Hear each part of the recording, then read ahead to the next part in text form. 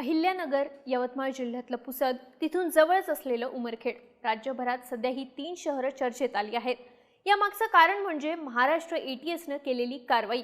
एटीएसनं 5 दिवसांपूर्वी या 3 शहरांमधल्या तब्बल 21 ठिकाणी एकाच वेळी छापे टाकले। पहाटेच्या शांततेत सुरू झालेली ही कारवाई अनेक तास सुरू होती। या कारवाईत एटीएसनं बऱ्याच संशयितांना ताब्यात घेतलं। एटीएसची ही कारवाई इतकी गुप्त होती की स्थानिक पातळीवरती सुद्धा कोणालाही याची कुणकुण लागली नाही। ही कारवाई का करण्यात आली तर एटीएसला मिळालेली एक टिप, उच्च शिक्षित तरुणांचं ब्रेनवॉश करून नवी दहशतवादी संघटना उभी करण्याचा प्रयत्न असल्याची गुप्त माहिती एटीएसला मिळाली होती। पण एटीएसने छापे टाकल्यामुळे हा कट उधळला गेलाय। या सगळ्याची लिंक्स फुटबॉल क्लबशी असल्याचं समोर आलंय। याचे धागेदोरे केरळ, पश्चिम बंगालपर्यंत सापडले। तसंच ज्या 3 शहरांमध्ये हे छापे टाकण्यात आले त्या शहरांमध्ये सुद्धा एक कॉमन लिंक आहे। हे सगळं प्रकरण नेमकं काय आहे? राज्यातल्या 3 शहरांमध्ये एकाच वेळी एटीएसने छापे का टाकले? यामागचा दहशतवादी संघटनेचा अँगल काय आहे? यामध्ये फुटबॉल क्लबचे लिंक्स काय आहेत? सगळी माहिती जाणून घेऊया या व्हिडिओच्या माध्यमातून। नमस्कार, मी दिव्या आणि तुम्ही पाहताय बोलभिडू। सगळ्यात आधी एटीएसच्या या छाप्यांबाबत जाणून घेऊ। मिळालेल्या माहितीनुसार 15 फेब्रुवारीच्या पहाटे एटीएसने यवतमाळ जिल्ह्यातल्या पुसद आणि उमरखेड इथे 14 ठिकाणी छापे टाकले, तर अहिल्यानगरमध्ये एकूण 60 ठिकाणी शोध मोहीम राबवण्यात आली। महत्त्वाचं म्हणजे या सर्व ठिकाणी ही कारवाई एकाच वेळी करण्यात आली। एटीएसचे अधिकारी चंद्रशेखर मीना यांच्या नेतृत्वाखाली जवळपास 20 पथकं बनवण्यात आली होती। या पथकांनी ही कारवाई केली आहे। एटीएसच्या एका पथकानं 15 जानेवारीच्या पहाटे उमरखेड इथल्या ताजपुरा वॉर्ड परिसरात एका संशयिताच्या घरी छापा टाकला। धक्कादायक म्हणजे स्थानिक पोलिसांना सुद्धा या छाप्याबाबत माहिती नव्हती। मध्यरात्रीच्या सुमारास अचानक ताजपुरा वॉर्डातल्या एका घराजवळ पोलिसांचा ताफा दाखल झाला। गाड्यांचे सायरन वाजायला लागले। यामुळे परिसरात एकच खळबळ माजली। थोड्याच वेळात नागरिकांनी त्या ठिकाणी गर्दी केली। तपासणी सुरू असताना हे शोध पथक एटीएसचं असल्याचं समोर आलं। रविवारी सकाळपर्यंत ही चौकशी सुरू होती। एटीएसने अहिल्यानगर शहरातल्या मुकुंदनगर भागातही अशाच प्रकारे छापे टाकले। हा परिसर मुस्लिम बहुल भाग म्हणून ओळखला जातो। या कारवाईत एटीएसच्या हाती काही तलवारी, चाकू, गुप्ती आणि एअरगन लागल्या असल्याची माहिती आहे। छाप्यादरम्यान 12 जणांची चौकशी करण्यात आली आहे। या कारवाईबाबतही अतिशय गुप्तता पाळण्यात आली होती। पुसदच्या वसंतनगर परिसरातही अशाच पद्धतीने छापे टाकण्यात आल्याची माहिती आहे। शहरातला हा परिसर सुद्धा मुस्लिम बहुल आहे, जो शहराचा अत्यंत संवेदनशील भाग मानला जातो। छाप्यादरम्यान या ठिकाणी पोलिसांचा मोठा बंदोबस्त तैनात होता। आता या सर्व ठिकाणी ही कारवाई का करण्यात आली? यामागे फुटबॉल क्लबचे आणि दहशतवादी संघटनांचे काय लिंक्स आहेत ते पाहूया। एटीएस मधल्या सूत्रांच्या माहितीनुसार पुसद इथे राहणाऱ्या काही मुस्लिम तरुणांचं मोठ्या प्रमाणावर रॅडिकलायझेशन केलं जात होतं। यासाठी फुटबॉल क्लबचा वापर केला जात होता।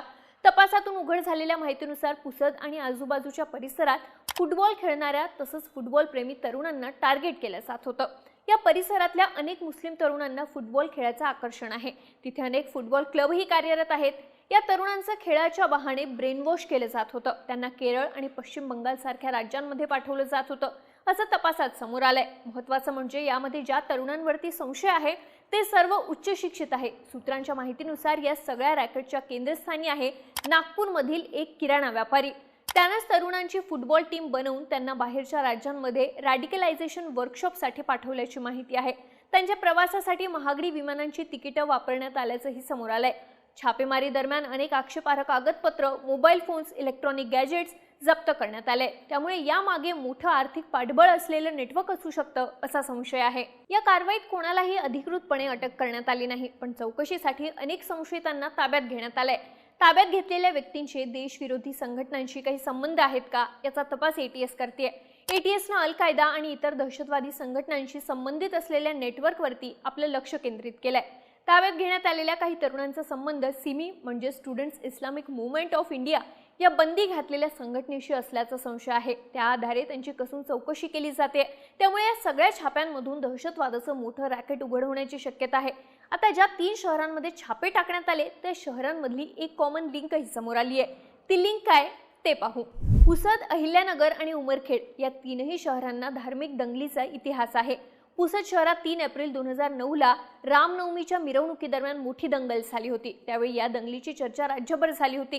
रामनवमीची मिरवणूक शहरातल्या शिवाजी चौकात आली असताना अचानक तिथे दुसऱ्या बाजूनं दगडफेक झाल्याची अफवा पसरली होती। शिवाजी चौकाच्या शेजारीच वसंतनगर हा मुस्लिम बहुल भाग आहे। त्या भागातून दगडफेक झाल्याचं त्यावेळी बोललं गेलं होतं। या दंगलीनंतर पुसदमध्ये जवळपास 10 दिवस कर्फ्यू होता।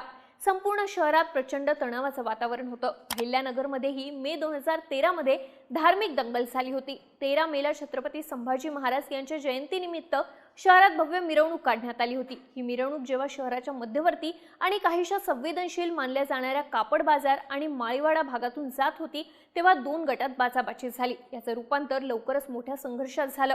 मिरवणुकीवर दगडफेक झाल्याची अफवा पसरताच परिस्थिती हाताबाहेर गेली, ज्यानंतर दोन्ही बाजूंनी मोठ्या प्रमाणावर दगडफेक करण्यात आली। यवतमाळच्या उमरखेड शहरालाही धार्मिक दंगलीचा इतिहास आहे। उमरखेडमध्ये 2016 साली गणपती विसर्जनाच्या मिरवणुकी दरम्यान मोठी दंगल झाली होती। विसर्जन मिरवणूक शहरातल्या मरकज मशिदीजवळून जात असताना डीजे वाजवण्यावरून दोन गटात वाद झाला, ज्याचं रूपांतर मोठ्या दगडफेकीत झालं। यामध्ये 30 पेक्षा जास्त लोक जखमी झाले होते। यामध्ये 12 पोलिसांचाही समावेश होता। आता या 3 शहरांमध्येच एटीएसने छापे टाकले। 19 फेब्रुवारीला शिवजयंती झाली, पुढच्या महिन्यात 26 तारखेला रामनवमी आहे, त्याआधी 21 तारखेला रमजान ईद आहे। त्यामुळे या काळात या शहरांमध्ये काही अप्रिय घटना घडू शकतात अशी भीती तपास यंत्रणांना होती का, अशी चर्चा आता सुरू झाली आहे। त्यामुळे काहीतरी घडण्याच्या आधीच हे छापे टाकण्यात आल्याची शक्यता वर्तवली जाते।